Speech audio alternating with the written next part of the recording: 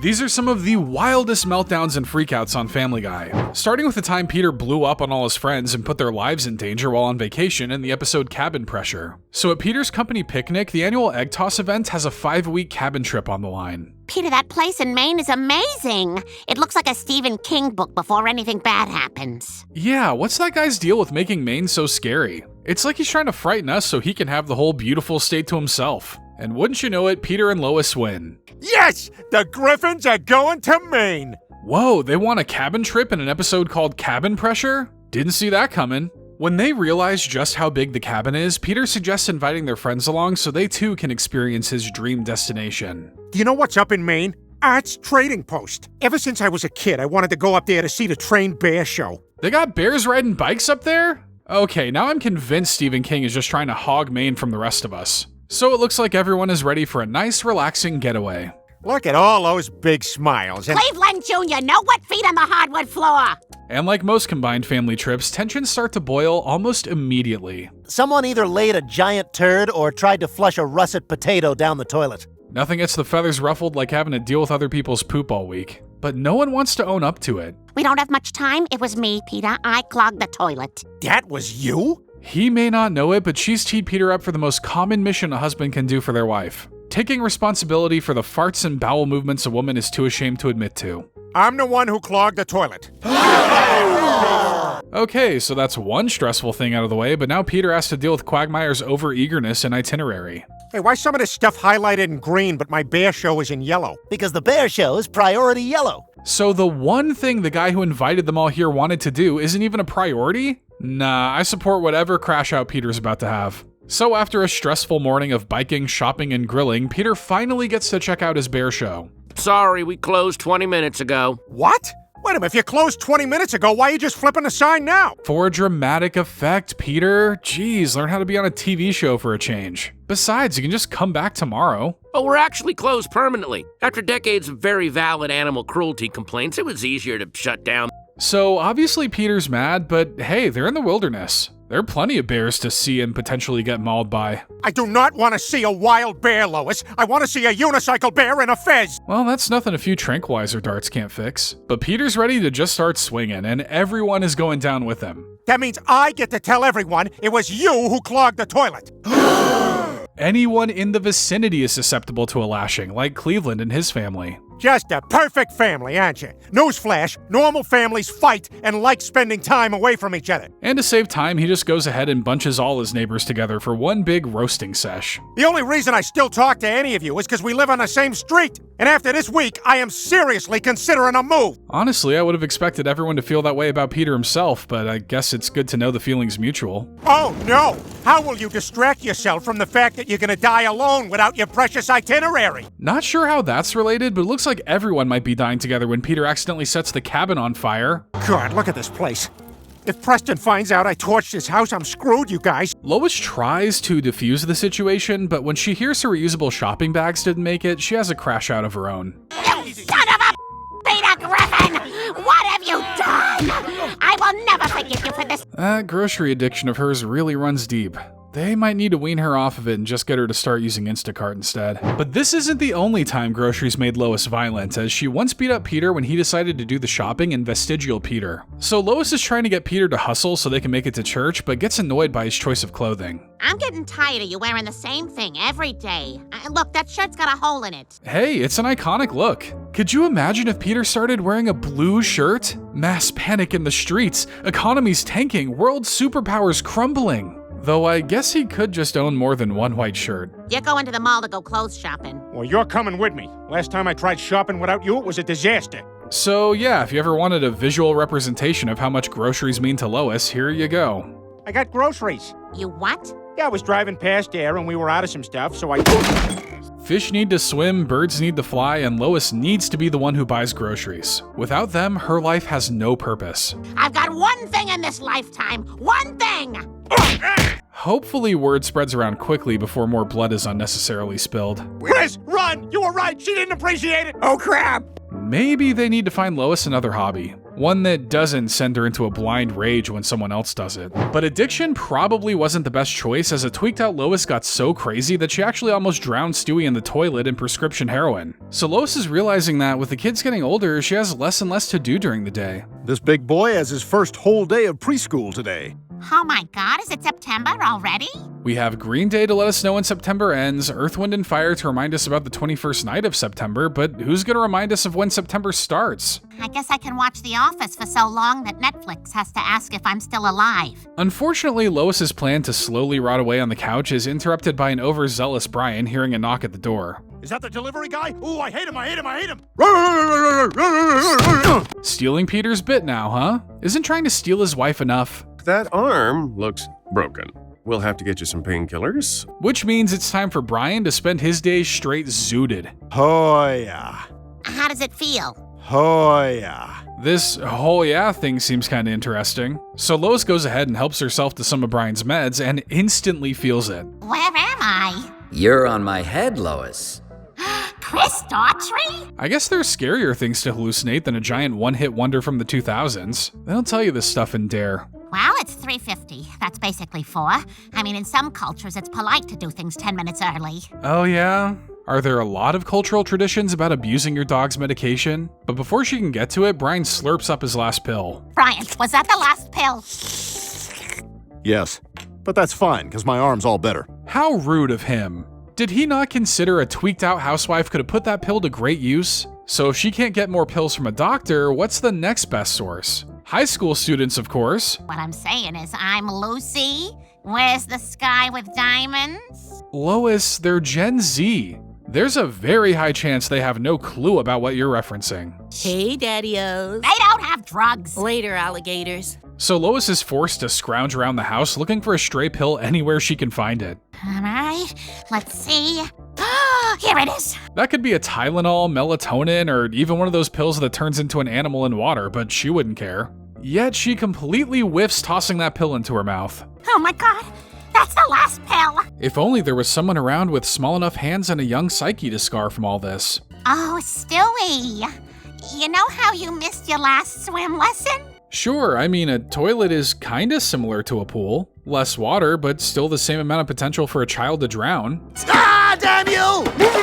Come on, you just touched it! Luckily, Brian steps in just in time to stop this crash out. I'm sorry, but there's only one thing to do. I have one pill left. It's in my crate, and you may have it. Sounds counterintuitive, but really, Brian's just getting Lois to fall for the easiest fake out in the doggy playbook. What are you doing? Let me out of here, Brian! Not sure if this is the most humane way of getting clean, but if it's good enough for dogs who won't stop jumping, then it's good enough for spiraling housewives. Stewie! Stewie! Stewie! Stewie! Noise canceling on. But after one nightmarish relapse hallucination, Lois awakens refreshed and level-headed. Brian, you stayed by my side all night long? I did. That's kind of what dogs do. A good dog would also probably have called Child Protection Services after that little drowning stunt, but I guess learning your lesson in a crate is good enough. And Meg tries to make the whole family learn their lessons by berating each of them for years of torment in the episode Seahorse Seashell Party. So the Griffins are stuck inside thanks to a hurricane, and to make matters worse, they can't watch TV because the cable is down. And if you don't know what cable is, think Wi-Fi, but dumber. I'm bored. Yeah, this sucks. What are we supposed to do all day? What do you mean? There are tons of fun family activities to do, like charades. Peter, there's no talking in charades. Okay, sorry. Okay. Movie. Peter! Or how about the classic American pastime of clearing your throat like a dad? Or everybody's favorite, one whole uninterrupted minute of singing the opening chase song from Indiana Jones and the Last Crusade. You know the one.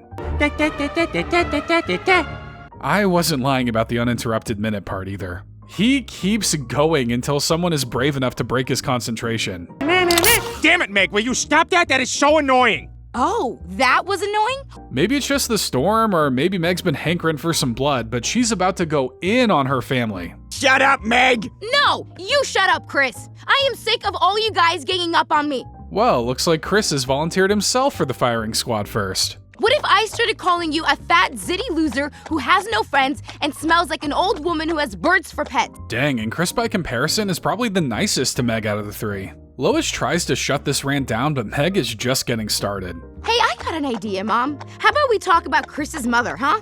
Sure. Now, who is that? Well, Meg decides to go in on Lois instead. The shoplifter, the drug addict, the star, the who let Gene Simmons and Bill Clinton go to town on her? Yep, I'd say that's an apt description, but Meg isn't done. Meg not only points out Lois's failures as a person, but also her failures as a mother. And honestly, when I turn 18, I don't know that I ever want to see you again. And for someone whose entire career is being a mother, that probably cuts a little too deep.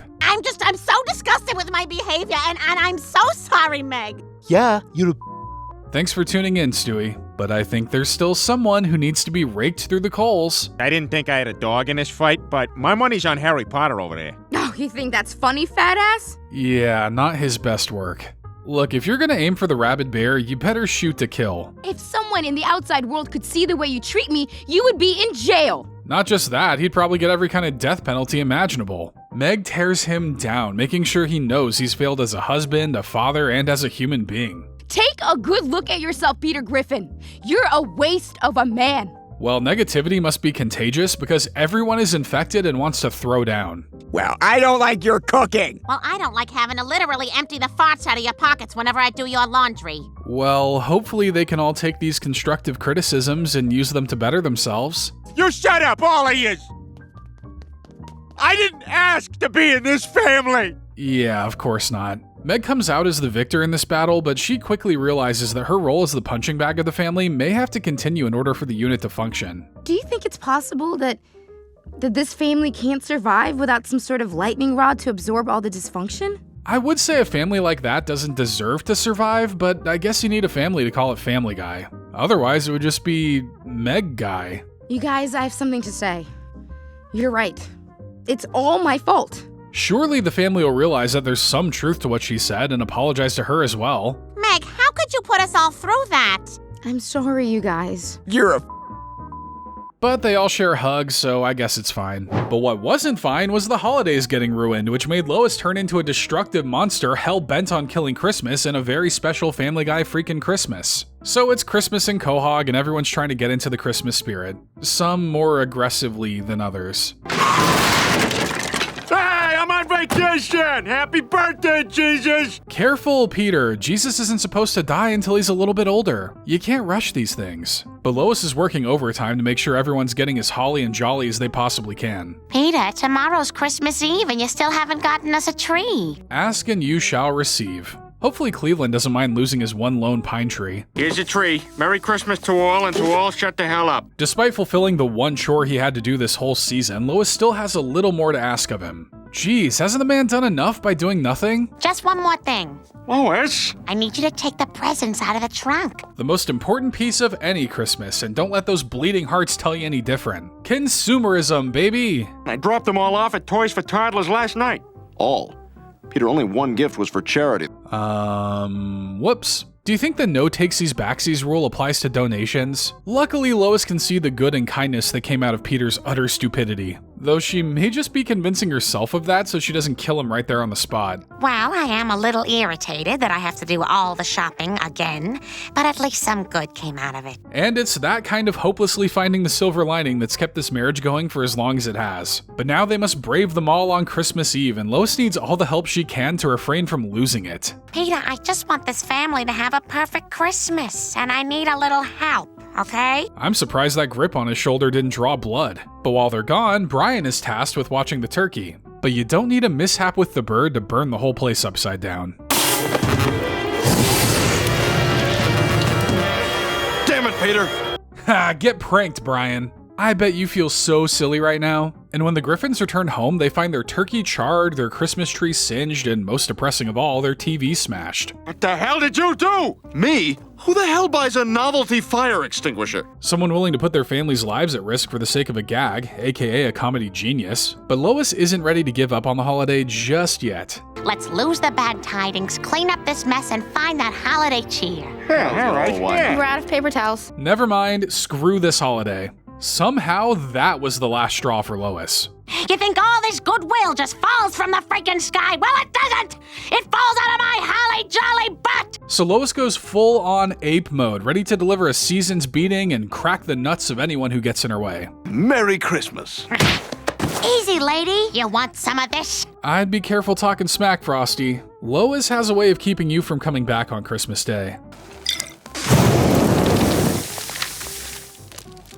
Ah, take it off! Take it off! But if Lois really wants to kill Christmas, she's got to go for the beacon of Christmas spirit. Must kill Star. Luckily, the family arrives to see her going full King Kong on the Christmas tree. But if she won't listen to them, maybe she'll listen to the one thing this whole holiday is about. Oh, our savior has arrived. Oh, I was talking about Santa Claus, but I guess baby Jesus is good enough. So Stewie gives a little speech about being kind to one another, even if it's for personal gain. And so we unselfishly think of others, assured that our good behavior will be rewarded with love and plutonium. I don't think Lois can understand him, but seeing her little boy in a toga seems to be enough to bring her back around. But we'd hate to let the town's tax dollars go to waste with this sniper, so... Okay, boys, take it down. So despite that meltdown, Christmas is more or less saved. By the looks of that drool, Lois probably won't remember much of it, but something tells me she'll probably want to keep it that way. But Quagmire would hope Brian never forgets his hatred for him, especially after he absolutely unloads on Brian when the dog tries to be his friend and Jerome is the new black. So Peter and the guys are looking for a replacement friend for Cleveland after he moves away, and Brian is kind enough to offer his services. I don't think that's gonna work out, Brian, because of the whole Quagmire thing. What Quagmire thing? Oh, you know, just that he hates you. That's kind of a heavy realization to just drop on a guy. But how could Quagmire not like Brian? I'll think of something, don't worry. Well, while I think of something, Brian takes it upon himself to get in good with Quagmire. I'm gonna conveniently stroll by and strike up a conversation with him and maybe find out why he hates me. Or make him hate you more, which is usually what Brian tends to do. How you doing? Fine. Ah, a severely bruised woman, the perfect conversation piece. From the looks of it, she likes it rough. That's my sister, Brian. Her boyfriend has been beating her mercilessly. Oof, tough crowd. And to make matters worse, the aforementioned boyfriend shows up to make this thing a whole lot more awkward. He's savagely beating her again, you hear that? Yeah, I'm not deaf. Oh, what, like my brother? Boy, you have no class! Oh yeah, Quagmire has a deaf brother. The Quagmire family tree really seems to be on fire at the moment, but Brian isn't prepared to give up that easily, planning to treat Quagmire to a nice dinner. How'd you convince him to go? I tricked him, sent him a phony card. He thinks he's going on a date with an old girlfriend. But instead of seeing the former love of his life, he'll see the dog that he hates. I thought the idea was to make him hate you less. Brian, where's Cheryl Teagues? Well, she's not coming. I wrote you that because I knew you'd never come if it was me. But this wasn't just some old flame, this was the one. She was the great love of my life. I thought this was my chance to finally achieve some real happiness. Well, how about achieving a belly full of steak and cheap wine? That's about as good, right? Once they get to the restaurant, Brian tries his best to buddy up to Quagmire. God, look at the size of these steak knives. What are they serving us, Tyrannosaurus Rex? Not likely. Dang, that joke usually kills with babies and idiots. Maybe a little small talk is the way to go. How do those things work? What, planes? How does a plane work? Yeah. Riveting dinner conversation. You might as well have asked him about the process of paint drying. All I've done is try to be nice to you and you still don't like me. How can you not like me? Alright, well, you asked, Brian. I hope you got some strong self-esteem. You are the worst person I know. You constantly hit on your best friend's wife. The man pays for your food and rescued you from certain death, and this is how you repay him? So Quagmire pretty much digs into every a-hole tendency that Brian has, from his taste in women, is you pretend you're this deep guy who loves women for their souls when all you do is date bimbos, to his holier-than-thou beliefs, as well as his actual lack of beliefs. You don't believe in Jesus Christ, or any religion for that matter, because religion is for idiots. But if you asked him to wrap Brian all up into one succinct picture, this is what Quagmire would say. You're just a big, sad, alcoholic bore. Well, now that you've essentially crushed his mind, heart, and spirit, I'd say that wraps up this dinner. I'll see you, Brian. Thanks for the steak. But while I'm certain Quagmire hates Brian, Lois clearly hates Peter, evident by the time she brutally beats him up when she gets sick of his stupidity and a shot in the dark. So trouble arises when Peter shoots Cleveland Jr., believing him to be a burglar sneaking into Cleveland's home. Cleveland Jr.? Mr. Griffin, you shot me! Oh my God! Just another day on Spooner Street. Welcome back to the neighborhood, Cleveland Jr. Virginia's looking much nicer right about now, huh? Peter didn't mean anything by it, but Cleveland and Donna believe his motives were race-related. You wouldn't have fired that gun if he was white. That's not true. I'll shoot anybody. Joe, give me your gun. It's true. He will do it. Doesn't even need a reason. He just loves the thrill of pulling the trigger like most Americans. I'd never want to do anything to hurt you or your family. You're my friend. I was your friend. Now get out of here. And while Peter technically was in his right to shoot, Cleveland still believes Peter should be publicly punished. My family and I believe this shooting was a hate crime, and we'd like to see Mr. Griffin held accountable for his actions. But Peter loves everybody. It doesn't matter if you're white, black, purple, green, yellow, or a slightly darker shade of green. But not the Indigos, though. They know what they did. But when the rest of the Griffins are ostracized because of him, Peter tries to find a way to make up for his crime. Well, there's gotta be something I can do to make things right. I'll just have to prove to everybody that I'm not a racist. He's just gonna end up looking like an even bigger racist, isn't he? I am gonna go to the middle of the town square, get naked, and paint myself brown. You ever heard of an idea so stupid that it just sends you into a violent rage? Well, Lois has, as of today. It's a stupid idea! You're a stupid man! A stupid man! I won't say this was the right reaction from Lois, but sometimes Peter may need to literally have the stupid beat out of him. Are you trying to get a rise out of me? Are you happy now? Is this what you want? What a happy family. Surely this won't have any effect on the children. What do we do? What we always do. I'm in charge of my head, that much I know! Oh, so there is no hope for them. Got it. But Stewie would also become enraged by his family's lack of brains, resulting in him throwing a tantrum, biting Lois, and breaking Meg's nose in Chap Stewie. So Stewie and a dapper-looking Rupert settle in to watch their favorite fancy show. It is the season finale of the Cadwalladers of Essex. The what? The Cadwalladers of Essex. That somehow sounds like both a medicine and a military title. But it's basically another one of those fancy British shows about being fancy and British. Everything I've ever heard is vexing. Oh, this is the fastest moving episode I've ever seen! I could understand that if the only thing you watch is the World Snail Racing Championships. You think I'm messing around, but that is a very real thing. Unga bunga, unga bunga, unga bunga. What is that? What's happening? Oh, just a friendly game of Unga Bunga. Another of America's favorite pastimes after baseball and owning a big truck even though you don't haul anything. Two guys run at each other with mattresses and, that's kinda it. Sounds simply stupid enough. Unfortunately, their roughhousing leads to an unfortunate casualty. Well, Chris, look, Mom's naked! Where? You creep. We haven't seen a tragedy like this since the Unga Bunga World Championships in '82. Greece's economy still hasn't recovered from that disaster. You imbeciles, you ruined my night! I asked for one thing in this house! And when a baby doesn't get what it wants, it shifts gears into full-on tantrum mode. I want to watch my show! No! No! This looks like a job for Lois's motherly intuitions. Come here, sweetie. Ow! Screw you little turd! Yeah, that's about the amount of patience I expected from her. And unfortunately for Meg, no one is safe. Do you want a hug from your big sister? Ow! Look, just let the kid watch his fancy British show. At least it isn't Cocomelon. But the worst thing he could watch is apparently Lois, as Stewie's first word ended up being a swear when he had a meltdown at church in Stewie's first word. So the family's getting ready for church, but Stewie seems to be the most excited out of the bunch. Mom said they're gonna serve Chewy Chips Ahoy at coffee hour. Ah yes, God's greatest gift to mankind. If you're a crispy cookie enjoyer, well, I don't want to paraphrase the Bible, but enjoy hell, losers. But when they get to church, Stewie's mood begins to sour a bit when he can't stream a show on his phone. Freaking guest Wi-Fi. You know the priest gets the good Wi-Fi. Well, duh, he needs the best connection so he can better talk to God. You don't want choppy service when conversing with your creator? I hate this. When do I get my cookie? I just want my cookie so I can go home. A child getting restless in church? Never heard of such a thing. Unfortunately for Stewie, he's about to receive the worst news of his life. In honor of Lent, today's coffee service will not include Chewy Chips Ahoy. What? Just because you gave up cookies for Lent doesn't mean the rest of us should suffer. As you'd expect, Stewie doesn't exactly take the news well.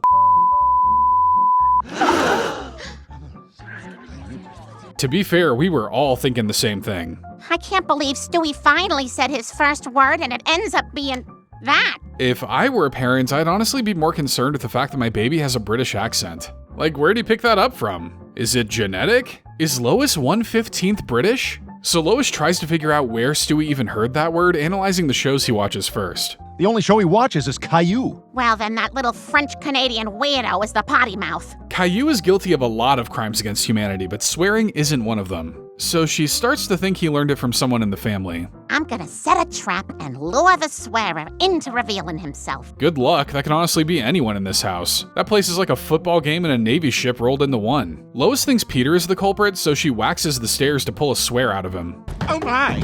Egad! Well, I'll be. Yikes!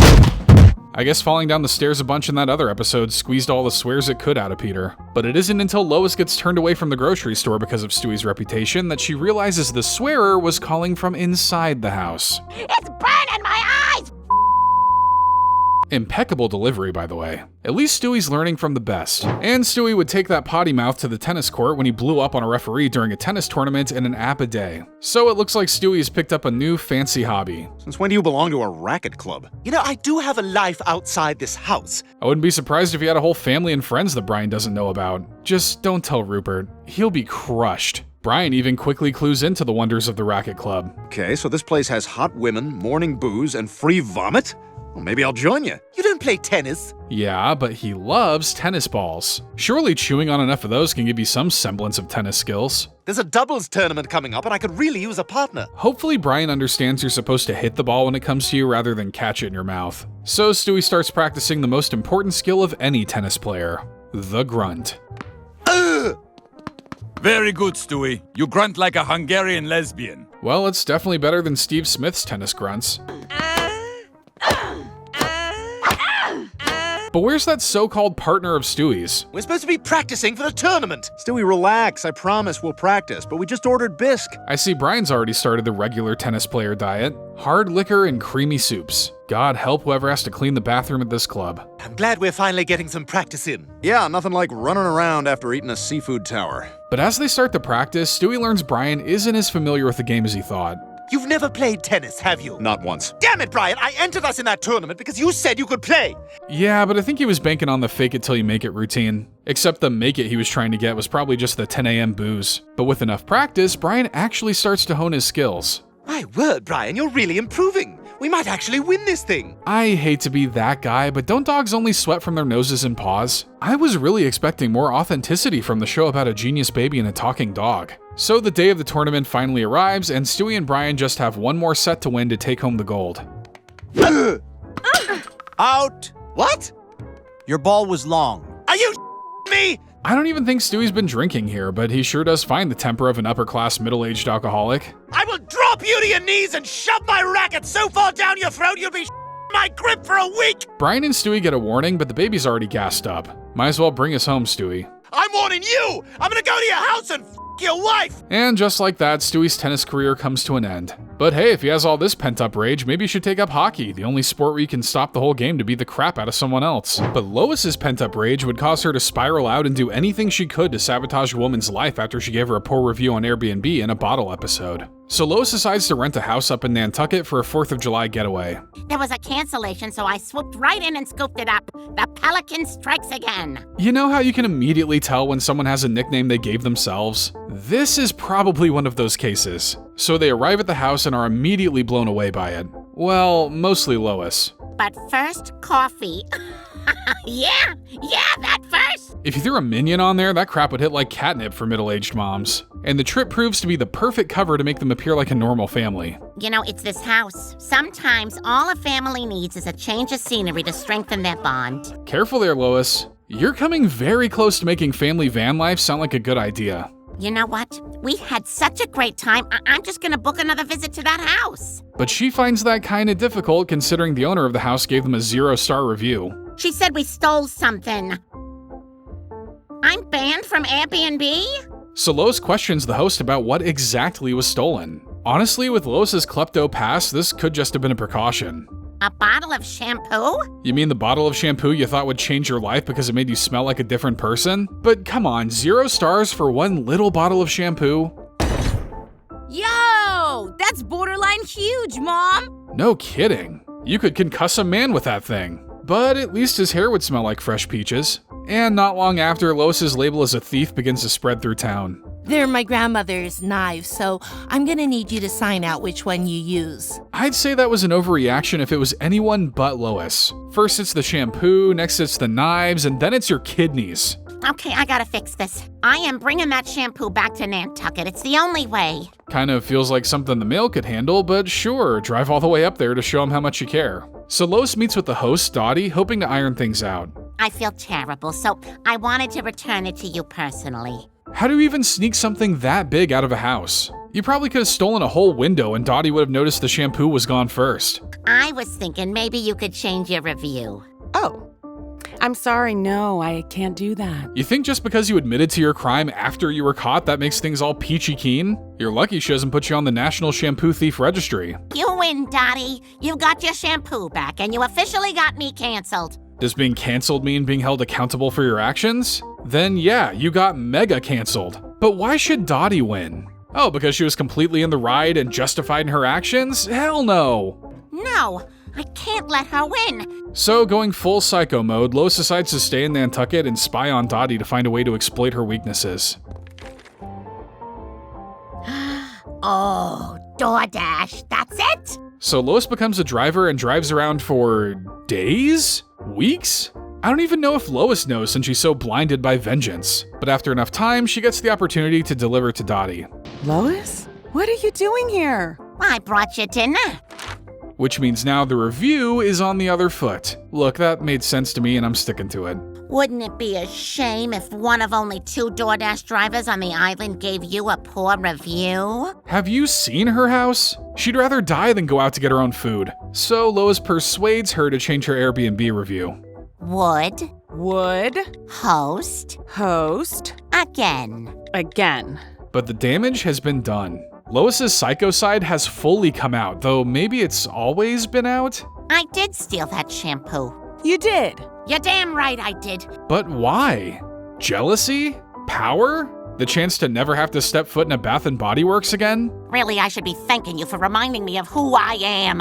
A secret little psycho with very little to lose. And with that, Lois reaffirms the idea of why owning an Airbnb terrifies me. Luckily, not many people are trying to stay on the ocean floor. Remember this. We know where you live.